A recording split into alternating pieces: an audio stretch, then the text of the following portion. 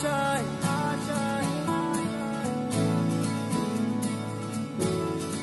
Students, आज मैं NEET exam को लेके कुछ इम्पोर्टेंट पॉइंट डिस्कस करने वाले हैं। आज मैं पढ़ाई के बारे में बात नहीं करने वाला हूँ। आज मैं बात करने वाला हूँ कि जितना स्टडी कर चुके हैं, जितना नॉलेज गेन कर चुके हैं, वही चीज़ अधिक से अधिक परसेंटेज यानी कि कन्वर्ट एग्जाम में मार्क्स के फॉर्म में कैसे करना है। यानी हम लोग कन्वर्जन रेशियो के बारे में बात करेंगे।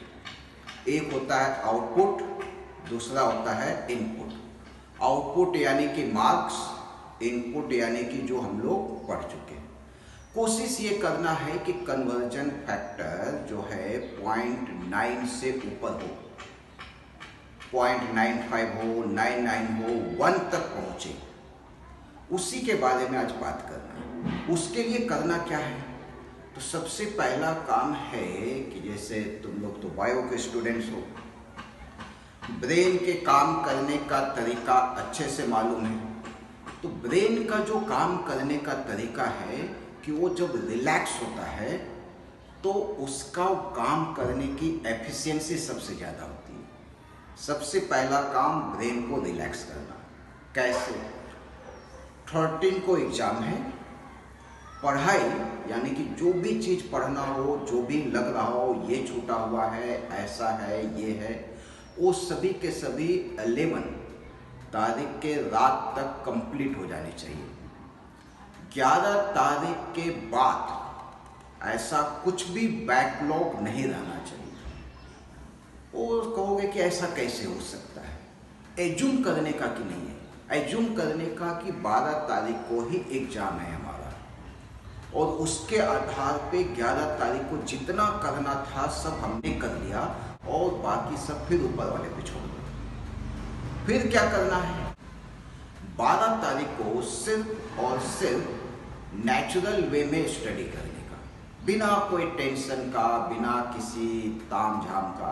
मन किया पढ़ लिए, नहीं मन किया नहीं पढ़े, बस इसी तरह से हर सब्जेक्ट को थोड़ा थोड़ा पढ़ लेने का। जैसे फिजिक्स है तो फिजिक्स में कुछ फार्मूले वगैरह जो है उसको पढ़ लिए। लोड लेके नहीं, ऐसा कुछ शेड्यूल बनाकर नहीं कि 12 तारीख को ये पढ़ना है, नहीं। 11 तारीख तक पूरा कंप्लीट जो भी पढ़ना है। 12 तारीख को सिर्फ और सिर्फ अपने मन मर्जी से एक्स्ट्रा पढ़ाई करते रहना। पढ़ना जरूर है 12 तारीख को, छोड़ना नहीं, लेकिन ऐसा टेंशन लेके पढ़ाई नहीं करना। एकदम रिलैक्स मोड में पढ़े तो भी ठीक, ना पढ़े तो भी ठीक, ऐसा ये मोड ऑफ स्टडी होनी चाहिए। ऐसा करने से ब्रेन रिलैक्स रहेगा, और जब ब्रेन रिलैक्स रहेगा तो 13 को एग्जाम में परफॉर्मेंस बढ़कर आएगा। दूसरा पॉइंट, अभी जैसे कोरोना का केस चल रहा, तो जैसे एग्ज़ाम देने जा रहे हैं, ऑफलाइन एग्ज़ाम है, कहीं पे भी कॉलेज वगैरह कहीं पे भी सेंटर होगा, सेंटर पे गए, बैठे, एग्ज़ाम पेपर आया। जाने के दौरान एग्ज़ाम बैठने के, एग्ज़ाम देने के समय कोई बगल में छींक सकता है, खांस सकता है। उसको लेकर यदि स्ट्रेस लिए तो एग्ज़ाम को बिगाड़ देगा।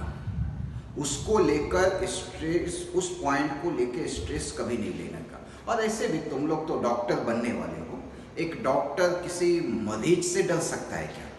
ठीक है, कोई खांस रहा हो, सर्दी जुकाम कोई भी हो, भाई डॉक्टर हो तो एक कॉन्फिडेंट खुद में होना भी चाहिए कि नहीं, मुझे कोई फर्क नहीं पड़ता।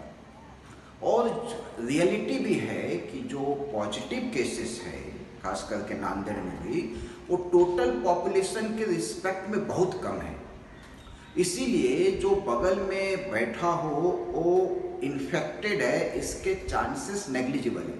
और जिसका चांस नेग्लिजिबल है उसको लेकर अपन क्यों परेशान हो, जबकि हमारे पास दूसरे ऑप्शन तो है ना। एग्जाम है जिसमें चांस ही चांस है, तो उस पर फोकस रहने का।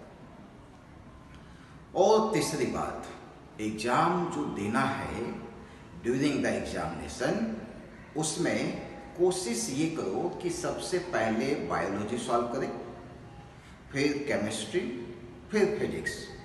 लेकिन बायोलॉजी सॉल्व करना है तो 100% पूरे पेपर सॉल्व करना है, ये दिमाग में नहीं रखने का। कैसे सॉल्व करना है? उन्हीं क्वेश्चंस को बायोलॉजी में अटेम्प्ट करो जो 1 मिनट या कि उससे कम समय में आसानी से सॉल्व हो जाता हो, या सिंपल वे में कहे जिस क्वेश्चन पे सोचना ना पड़े, जो मालूम है तुरंत फटाफट सॉल्व करके तैयार कर लिए, उन सभी क्वेश्चन को पहले सॉल्व करो। बायोलॉजी जो सोचने वाला हो, थोड़ा सोचने में टाइम लगता हो, उसको साइड रखो। सेम कंडीशन केमिस्ट्री में और सेम कंडीशन फिजिक्स में। ऐसा यदि चले तो होगा क्या कि लगभग 2 से ढाई घंटे के बीच में मैक्सिमम पार्ट तुम्हारा कवर हो गया होगा, और अच्छे से पढ़ाई तो कर ही रखे हो, और उम्मीद करते हैं कि इस 2 से ढाई घंटे में 500 मार्क्स से ज़्यादा, यानी कि कुछ भी नहीं तो सिंपल सा कहे 125 क्वेश्चन तो कर ही लोगे। अरे फिजिक्स में ही देखोगे तो सिंपल वे में कहा जाए तो जितने भी क्वेश्चंस आते हैं उसमें बहुत सारे डायरेक्ट फार्मूले बेस्ड होते हैं, और 30 क्वेश्चन फर्स्ट राउंड में 30 क्वेश्चंस आराम से अटेम्प्ट कर सकते हो। और 30 यदि फिजिक्स में कर सकते तो पक्का केमिस्ट्री बायो में उसी रेशियो में ज़्यादा करोगे। मतलब केमिस्ट्री में 30 से ज़्यादा, बायो में 60 से ज़्यादा, तो पक्का 500 स्कोर को तो कोई नहीं रोक सकता।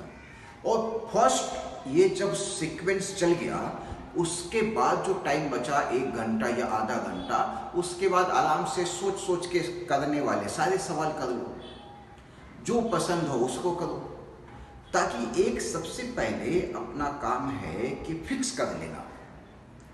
और इस तरह से यदि सिस्टमैटिक सॉल्व करते हो तो टाइम भी मैनेज हो जाता है।